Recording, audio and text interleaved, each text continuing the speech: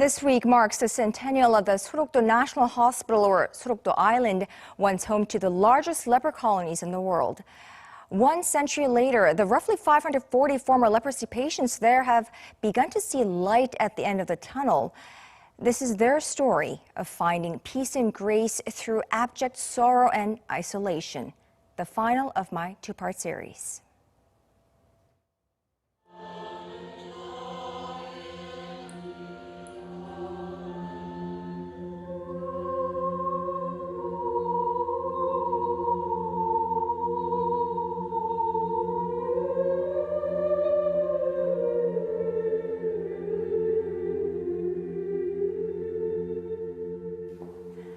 The church has an extra special place for all those living in Sorokdo Island. After generations of pain, suffering, and disdain, it's only through their religious faith that they've come to find peace, forgiveness, and hope to carry on their lives. After decades of isolation and brutality, today, life for more than 500 former lepers in Sorokdo Island is more or less serene. Every morning, they ride their motorized scooters to church. Most spend time at the church praying and reflecting. They attend Mass, sing hymns, and pray the best way they can with their disfigured bodies. Conducting the Mass for the people of Sorokdo is Father Yeon-jun, the only Catholic priest on the island. The lepers here had no reason to live. There were many suicide attempts, which is why religion became such an important part of their lives.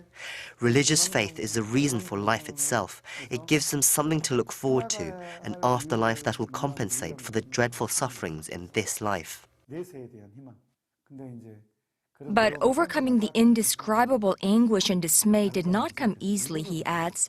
It would not have been possible without the sacrifice and dedication of 2 extraordinary grannies. Most lepers here were abandoned by families in their teens when they most need a mother's care. And that's what they were, mothers from Austria. They never received a penny. They came to Korea when they were 25, 26 years old and spent 40 years on foreign land as pure volunteers, Marianne and Margaret. Marianne Stöger and Margaret Pisser, fresh out of nursing school in Austria, left home in 1962 to serve leprosy patients in this tiny island, part of a country they only knew by name, Korea. When they arrived, there were 6,000 patients and 200 young children, and little in the way of medicines or staff to help them in their work. Granny Marianne? I've never seen her because I'm blind, but I miss her dearly. Back then, life was very difficult here. We rarely had anything to eat. But every morning, Granny Marianne will come door to door and spoon-feed warm milk to all of us. Milk, clothes, socks. Marianne and Margaret brought huge changes to our lives. When no one else wanted to touch our wounds, even with gloves on, they treated our bleeding wounds with their bare hands. They came and touched us, took care of us like no other had ever before. One time, I was infected with tetanus and almost died. Sister Marianne took me to her own care and nursed me day and night, and I lived. And one day in 2005, when they turned 70 years old, Marianne and Margaret just picked up and left without farewells, only with a single suitcase they came with 4 decades earlier.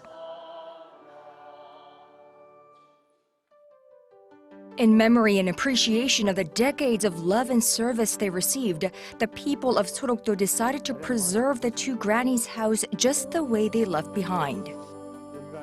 40년간 이 공간에 머물렀죠. 그냥 소박하게 이 모습 이대로예요. 살던 방 이대로. 그냥 똑같이 사랑하신 무에도 이렇게 아주 소박하게 이렇게 사셨죠. Through the love and sacrifice of these grannies and decades of despair and sorrow, the lepers here tell me the days of isolation and fear are fading. Years of neglect have been followed by peace and dignity.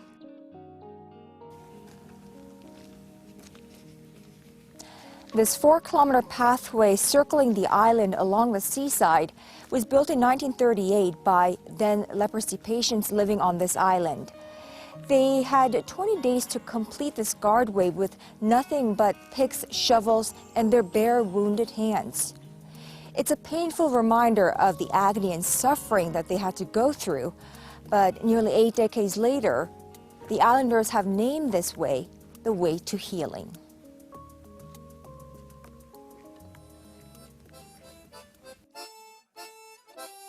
I don't think it's right to feel sorry for the people of Sorokdo, to look at them with pity. I hope they can be perceived as brave survivors who overcame their tremendous pain and sorrow and found peace and grace, who can provide consolation to the rest of the world. Because small wounds are healed when they meet big wounds.